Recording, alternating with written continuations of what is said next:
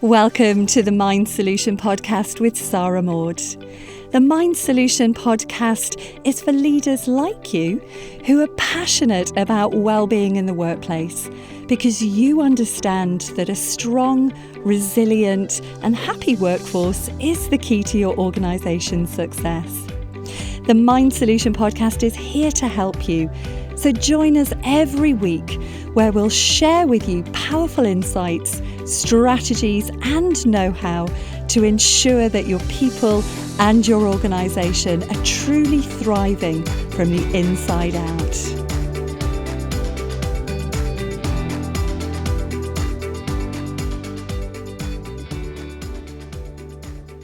Hi there, I'm Sarah Maud. I'm the founder of the Mind Solution International, and today I'm here to talk to you about fear, and specifically the fear of failure.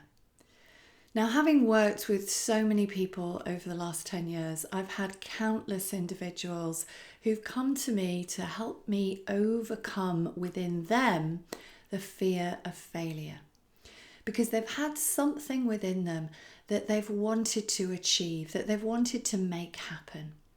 Now, that might be that they've wanted to write a book.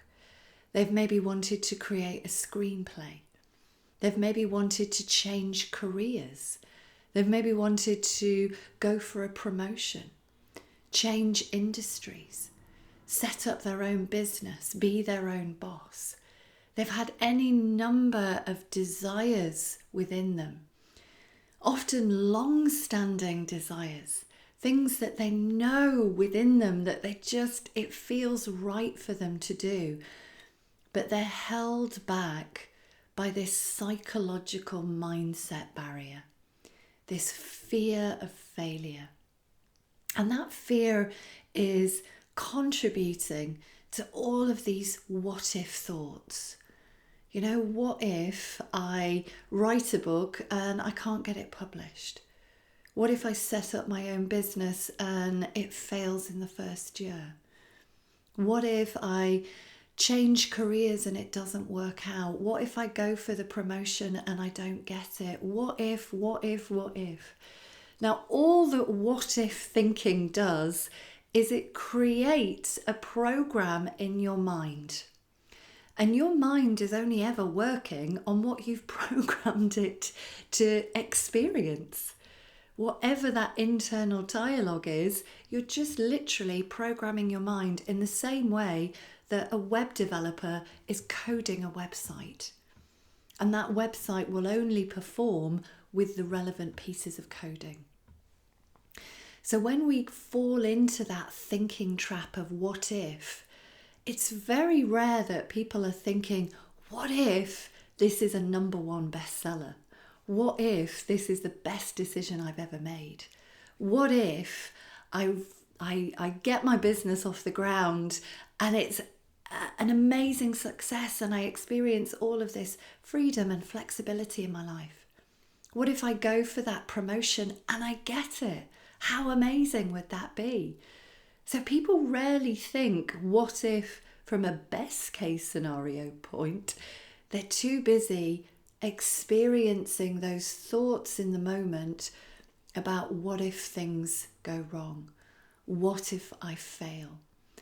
And that thinking creates that feeling around fear of failure.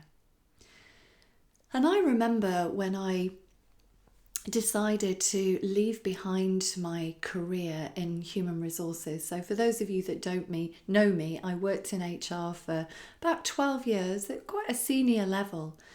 And I had no intention of doing what I do now. So the only reason that I first started to study psychology and psychotherapy was simply because I'd come out of a long-term relationship. I'd been due to emigrate over to Australia and start a life over there, and that didn't happen. And I wanted to do something more productive with my time. I felt quite lost and I felt quite alone at the time, and the only sort of familiarity that I had in my life was I was working at the time as the head of British Airways Holidays. So I really wanted to do something that stimulated me, something that kind of pulled me out of what I was feeling. So initially, I started to do a course in life coaching. And it just set me off on a whole new destination, a whole new journey, where I was just so blown away by what I was learning that I went on to study a diploma in solution-focused psychotherapy and hypnotherapy. And I started to work with people one-to-one, just in initially a volunteer capacity. And I was just getting the most amazing, literally mind-blowing results with people. And I was just so, blown away by what I was learning could achieve within people in such a relatively short period of time, that I just thought, I've got to get this out into the world. I've got to take what I'm learning back into the workplace. This is the missing piece of the jigsaw puzzle. And so I was just so caught up in this excitement and this passion and this desire to make an impact in the world, and particularly in the workplace, by getting this knowledge back out there, that even though I was experiencing a little bit of fear at leaving behind everything that was familiar, I was too excited by what this information could do, that was enough to override any fear that I was experiencing. And as humans, we do have a very powerful force within us for familiarity. We like things that are familiar.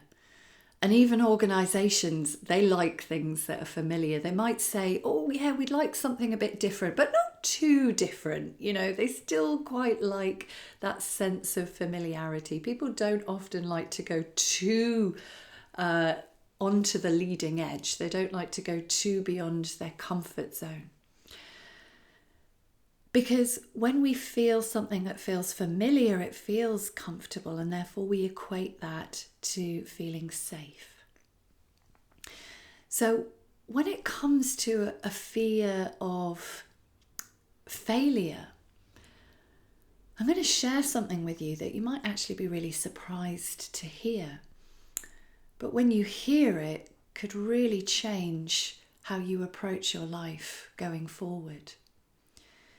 Because the truth is, we don't actually have a fear of failure.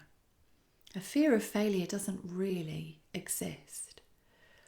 But what we do have a fear of is a fear of being criticised, and a fear that we can't handle that criticism, that we won't be able to handle that criticism.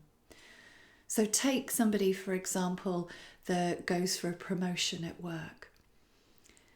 And if they don't get that promotion, there's a fear that, their partner or their colleagues, their peers might criticise them, and that they just won't be able to handle it.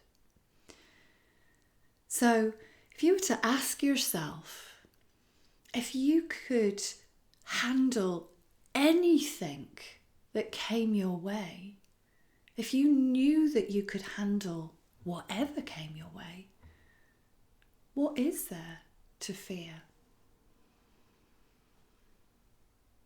And just think about that for a moment. Because this doesn't just apply to a fear of failure as such, but also where people make up, I've got a fear of success. I mean, why would anybody have a fear of success? But again, it's not actually about a fear of success. It's a fear of what they think will happen when they are successful. Are they going to get criticised? Are they going to get judged by people? Are people going to look at them and think, oh, you're just a bit too big for your boots? The more successful that you are, the more affluent that you become, the more money that you make. Are people going to judge you? Is there potential to be rejected by your friends if you get what might be felt as too above your station. So you see these fears of failure, these fears of success, they don't exist. All that exists is in our thinking about what we think will happen. But if you think that you can handle whatever happens, then you've got nothing to fear. It's a bit like, as Susan Jeffers in one of the leading books, Feel the Fear and Do It Anyway, teaches us. Everything that we want is on the other side of fear. Now, I remember times in my early years when I'd started up my business. So I'd found the courage to leave behind my HR career because, as I say, I was just so, there was just this burning need to get this information that I was learning out into this world. There was this burning desire to work with people one-to-one. And I knew that in the first couple of years that I wasn't necessarily going to earn the same amount of money that I'd been earning when I worked in HR. I knew that I would have to leave behind some of the comfort that comes with a corporate job. I knew that I wouldn't get sick pay or holiday pay. I knew that I wouldn't get concession flights. Those are one of my biggest losses. I loved my British Airways holiday flights. I got to fly around the world for not very much money to the most amazing locations like Bermuda and South America. So I'm very grateful for British Airways for employing me in that role so that I could experience that. And I'm also very grateful, I'll put a little shout out to my amazing boss, Kath Onions, who I have to say was one of the most amazing managers that I ever had. And actually always really got behind me. She really got behind her team, but I'll maybe come on to her in a different podcast. So I was just so passionate about what I was learning that I just knew that I had to make that move. And yes, there were times in that first couple of years where I did experience fear. I did experience waking up sometimes in the middle of the night consumed by fear, because what I didn't realise, and I maybe did go into this a little bit naively, is although I had all of this passion and this knowledge, I didn't know about websites. I didn't know about social media. I didn't know about marketing. I worked in human resources. I knew a lot about policy and process, but I didn't know about how to get my business off the ground. So there was a really, really steep learning curve. And yes, looking back, I can say if I'd known what I know now, then I would have done things quite differently. But hey, that's the benefit of hindsight, isn't it? So there were times that I was consumed by fear. And there were times in those early years where I thought, oh, maybe it would be easier for me to just go back into HR. There were times that I thought, oh, maybe it would be safer. But again, it came down to my thinking. And if there was one thing that I was learning in this new world that I'd entered, it was about the power of our thoughts and how actually it is just thinking. And so whenever I did have those wobbly moments, those moments of, oh, am I going to be able to pay the bills? Am I going to be able to keep this going? I just had to keep coming back to my why I was doing this, why it was important for me to get this information out, what impact I wanted to have. And that would help to just calm things down. And it would bring me back to that place where I could think with a more greater sense of clarity. I could think more about, okay, what do I need to do to keep going? What do I need to learn? Who do I need to speak to? Where can I get help with marketing, with websites, with all of that kind of thing? So if you're listening to this and you're thinking, yeah, there's a lot of things that I really want to go out there and I want to achieve, but you've been under this, let's say, illusion of a fear of failure or even a fear of success.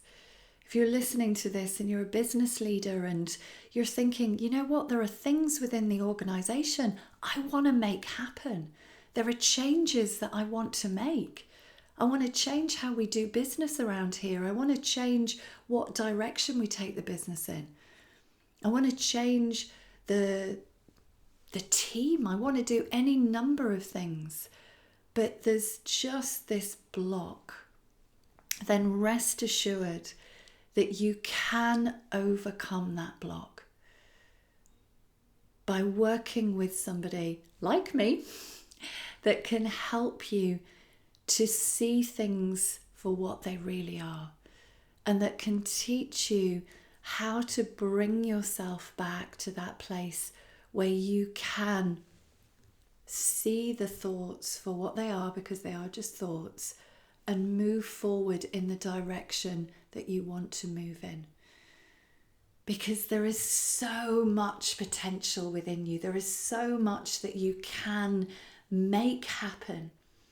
And when we move away from that cloud of fear, it's just like going on to the greatest adventure. And I say that as somebody that's been on this roller coaster of an adventure for 10 years now. 10 years of taking the business in slightly different directions and making things happen and growing and evolving. And I wouldn't change. Well, maybe there's a few things I would change from a learning experience and websites, but I wouldn't change any of it from a personal standpoint. So get in touch with us with your needs, your desires to make a change, and we can work with you to help you overcome those psychological barriers so that you can go out there and you can make whatever changes that you want. www.themindsolution.com, and for now, have a brilliant day.